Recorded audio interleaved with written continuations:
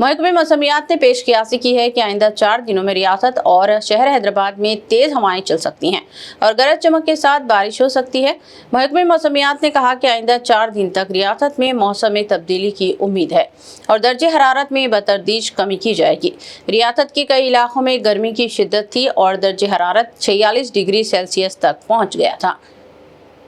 महकमे मौसमियात ने कहा कि आइंदा 4 दिन तक वक्फे से बारिश का इम्कानात भी हैं और गरज चमक के साथ तेज हवाएं भी चल सकती हैं। महकमे ने इस सिलसिले में जर्द अलर्ट भी जारी किया है। कहा गया है कि बारिश के नतीजे में दर्जे हरारत में कमी आ सकती है।